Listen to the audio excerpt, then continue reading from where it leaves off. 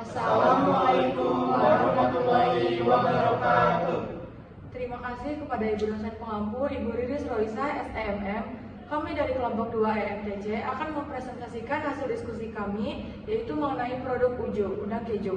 Di sini saya tidak sendirian, saya bernama Sri Wadaningsi dengan NIM 66232030 dari Prodi Manajemen bersama teman saya. Jadi Tresnari Sandra dari Prodi Komunikasi dengan NIM 45231008. Dengan saya Linda Terbayanto dalam organisasi keperawatan dengan NIM 881219. Dengan saya Karina Adelia dari Prodi Keperawatan dengan NIM 88231027. Saya Mas Alkalis Mukti dari Prodi Sistem Informasi dengan NIM 1623 2006. Dan saya Rijal Mustafa dari Prodi Aplikasi dengan NIM 65231003.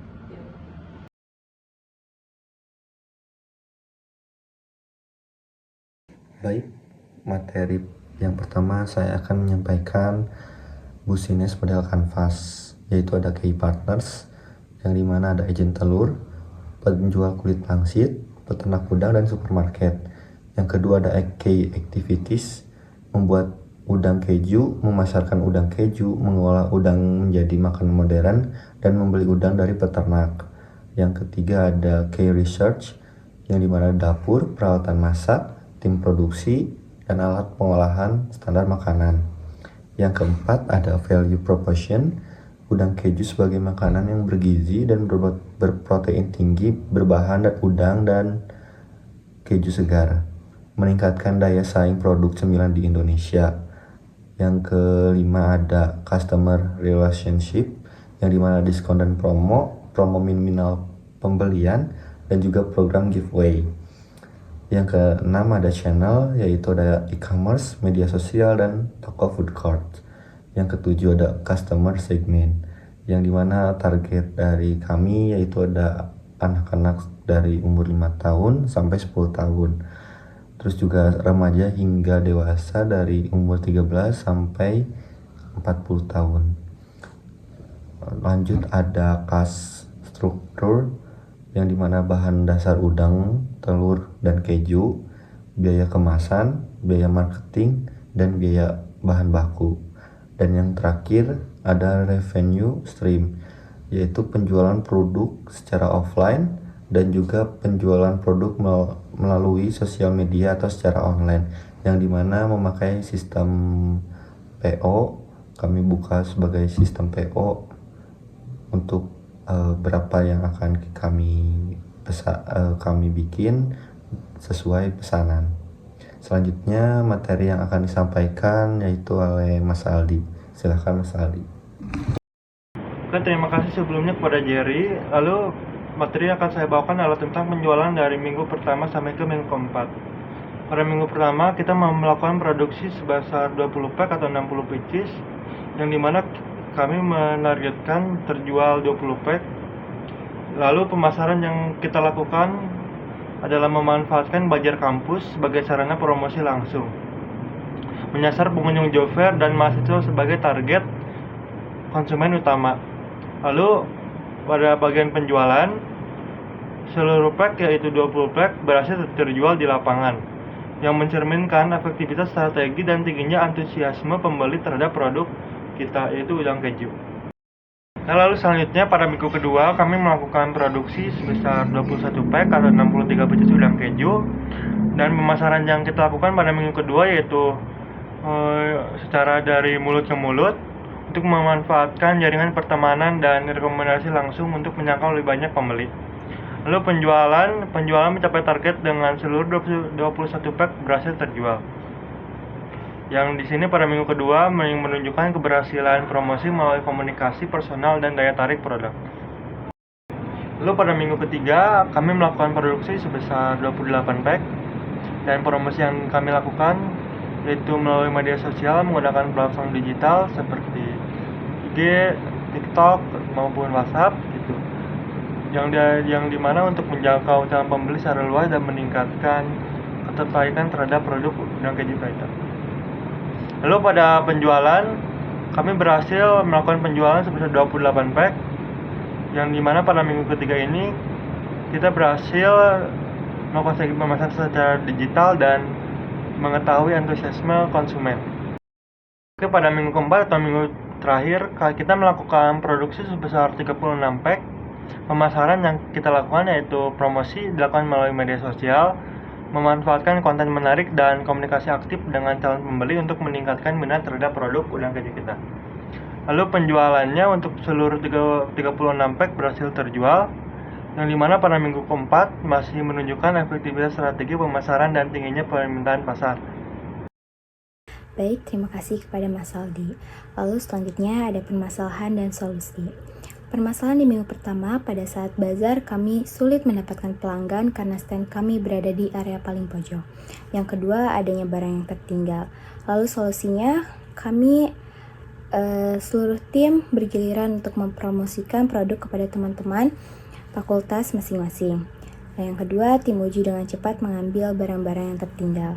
Lalu di minggu kedua, permasalahannya pada saat pre-order hari pertama, kami hanya menggunakan media sosial uju untuk promosi, dan hanya sedikit pelanggan yang memesan produk kami. Solusinya, tim pemasaran memutuskan untuk seluruh anggota diharuskan merepost postingan uju di akun sosial medianya masing-masing. Lalu di minggu ketiga, permasalahannya perkiraan yang tidak akurat yang seharusnya adonan bisa untuk sesuai target, tetapi hasilnya kurang dari target. Yang kedua, adanya keju yang luber pada saat sebelum penggorengan. Lalu solusinya, pada saat produksi sebelumnya, tim kami melebihkan adonan dari perkiraan yang telah kami hitung. Yang kedua, sebelum penggorengan, tim produksi menambal bagian keju yang luber tersebut. Lalu permasalahan di minggu keempat, pelanggan meminta diadakan pengantaran sampai rumah, dikarenakan pada saat pengambilan produk sedang tidak berada di daerah kampus atau area kampus. Lalu yang kedua, perbedaan jadwal perkuliahan membuat keterlambatan produksi. Solusinya, tim kami mengadakan pengantaran sampai rumah dengan adanya tambahan biaya ongkos kirim. Lalu yang kedua, mencari jadwal yang kosong dan mewajarkan jika pada saat produksi datang terlambat. Baik, selanjutnya akan disampaikan oleh Sri Wardaningsi. Baik, terima kasih kepada Karin. Yang selanjutnya adalah cash flow mingguan. Minggu pertama, yaitu pada saat bazar, dengan saldo awal 180.000, kami menjual 20 box dengan total 200.000. Lalu pengeluaran kami selama produksi minggu pertama yaitu 156.000. Lalu saldo akhirnya yaitu 224.000. Lalu di minggu kedua, kami berhasil menjual 21 box yaitu dengan total 210.000. Lalu selama minggu kedua, total pengeluaran selama produksi kami yaitu 134.000 dengan saldo akhir 300.000. Lalu di minggu ketiga, kami berhasil menjual 28 box dengan total 280.000. Lalu pengeluaran selama produksinya yaitu 174.000. Lalu saldo akhir di minggu ketiga ini yaitu 406.000. Lalu cash flow di minggu keempat dengan saldo awal di minggu keempat yaitu 406.000. Lalu kami berhasil menjual 36 box yaitu dengan total 360.000. Lalu pengeluaran di minggu keempat pada saat produksi yaitu 210. Lalu saldo akhir kelompok kami di minggu keempat yaitu 556.000. Materi selanjutnya akan dilanjutkan oleh rekan saya yaitu Rizal. Terima kasih kepada Sri. Baik, di slide ini saya akan menjelaskan laporan keuangan usaha untuk produk ujung. Selama 4 minggu, seperti yang terlihat pada tabel, terdapat kolom pendapatan, pengeluaran, dan laba bersih untuk masing-masing minggu. Pada minggu pertama, pendapatan tercatat sebesar 200.000 dengan pengeluaran 156.000 sehingga menghasilkan laba bersih 44.000. Minggu kedua terjadi peningkatan pendapatan menjadi 210.000. Pengeluaran turun menjadi 134 dan laba bersih naik menjadi 76.000. Minggu ketiga menunjukkan tren positif dengan pendapatan 280.000, pengeluaran 174 dan laba bersih 106.000. Puncaknya adalah di minggu keempat, di mana pendapatan melonjak hingga 360.000 pengeluaran sebesar 210.000 dan laba bersih tertinggi yaitu 150. Jika kita jumlahkan selama 4 minggu, total pendapatan mencapai 1.050.000, total pengeluaran 674.000 sehingga laba bersih keseluruhan ada 376.000. Dari data ini kita bisa melihat bahwa usaha Uju memiliki kinerja keuangan yang cukup baik dengan laba bersih yang terus meningkat setiap minggunya. Baik, selanjutnya saya akan menyampaikan kesimpulan dari hasil keuangan usaha Uju selama 4 minggu terakhir. Secara keseluruhan, proses produksi dan penjualan berjalan dengan baik. Terbukti keberhasilan mencapai target penjualan sebanyak 36 packs melalui strategi penjualan langsung. Pemasaran yang awalnya hanya mengandalkan komunikasi dari mulut ke mulut berkembang dengan memanfaatkan media sosial yang terbukti efektif dalam menjangkau lebih banyak pelanggan.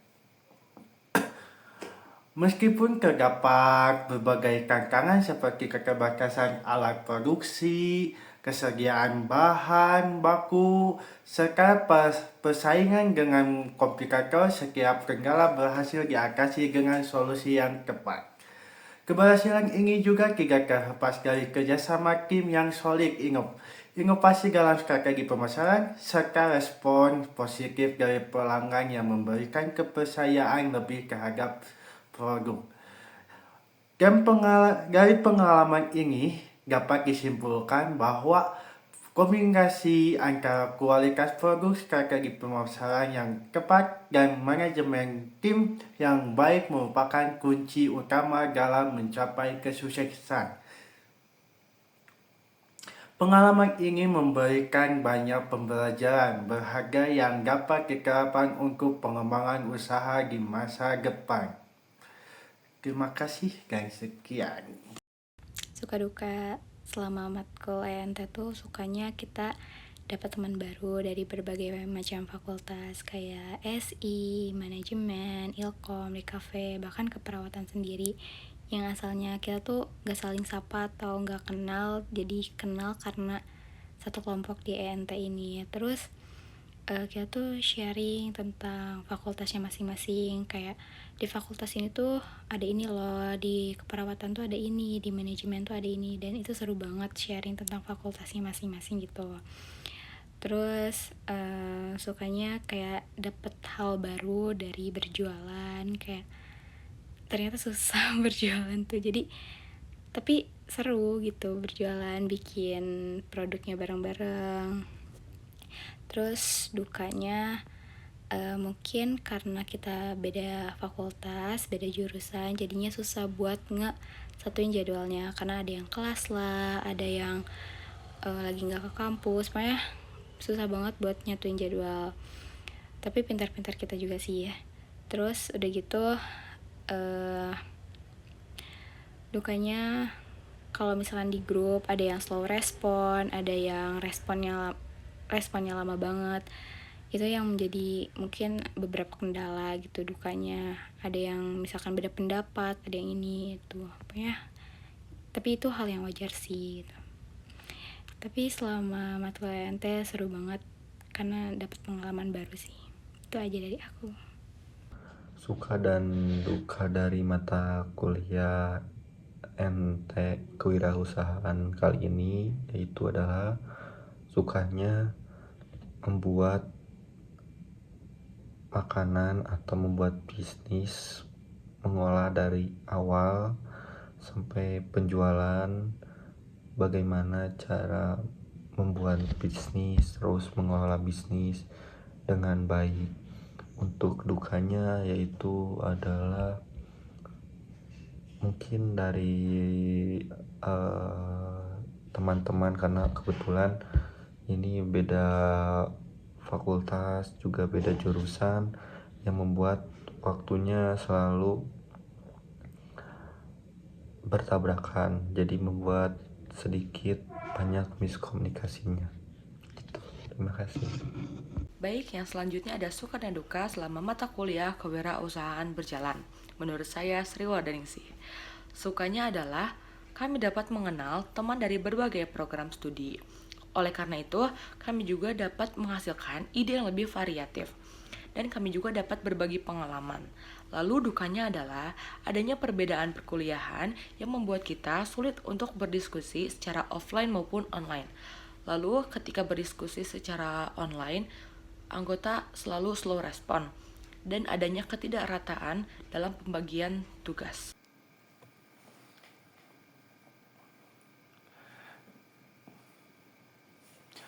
Dalam perjalanan membangun usaha produk ini, produk Uju, kami menghadapi berbagai suka dan duka, mulai dari perencanaan modal awal, produksi, promosi, hingga penjualan. Pertama, modal awal kami memulai dengan modal terbatas untuk bahan baku dan peralatan. Tantangannya adalah mengatur anggaran agar cukup, namun dengan perencanaan yang baik, kami bisa memulai produksi. Kedua, produksi kami memiliki beberapa kali uji coba resep hingga menemukan kombinasi rasa yang pas. Meski sulit, kepuasan datang saat produk akhirnya siap dijual. Tiga, promosi kami memanfaatkan media sosial untuk mengenalkan Uju. Awalnya sulit untuk menarik perhatian orang lain, tetapi dengan strategi promosi yang tepat, produk mulai dikenal. Keempat, penjualan menurun, sehingga kami harus mencari strategi baru seperti pakai promosi dan reseller. Namun melihat pelanggan puas membuat usaha ini semakin menyenangkan. Kesimpulannya, meskipun ada tantangan, usaha ini memberikan banyak pengalaman berharga dalam mengolah bisnis. Sekian, terima kasih. Baik, terima kasih kepada Rizal Mustafa. Materi selanjutnya yaitu ada suka dan duka. Di dalam materi ini terdapat suka dan duka. Yang pertama, di sini ada sukanya. Yang pertama, karena kami berasal dari berbagai program studi yang berbeda, seringkali muncul berbagai ide yang membuat diskusi kelompok menjadi lebih beragam. Seringkali berbagi ide menurut pengalaman yang sudah dilalui sebelumnya. Poin yang kedua, dari mata kuliah ini kita dapat menambah relasi berteman dengan latar belakang pendidikan yang berbeda. Terus untuk poin yang ketiga, dengan adanya teman dari berbagai latar belakang, kita punya kesempatan untuk saling belajar. Poin yang keempat, bekerja dengan berbagai orang mengajarkan kita untuk berkomunikasi dengan baik dan bekerja sama. Kita belajar cara menyelesaikan konflik, mendengarkan pendapat orang lain, dan mengemukakan ide. Karena setiap orang memiliki jadwal kuliah yang berbeda, kita harus belajar untuk menjadi lebih fleksibel. Kadang kita harus mencari waktu yang pas untuk berkumpul meskipun jadwalnya tidak cocok. Di sini yang kedua ada dukanya. Buat poin yang pertama, dari mata kuliah ini kita dapat menambah relasi dan berteman dengan latar pendidikan yang berbeda. Untuk poin yang kedua, dengan adanya teman dari latar belakang kita mempunyai untuk kesempatan saling belajar. Untuk poin yang ketiga, bekerja dengan berbagai orang mengajarkan kita untuk berkomunikasi baik, bekerja sama.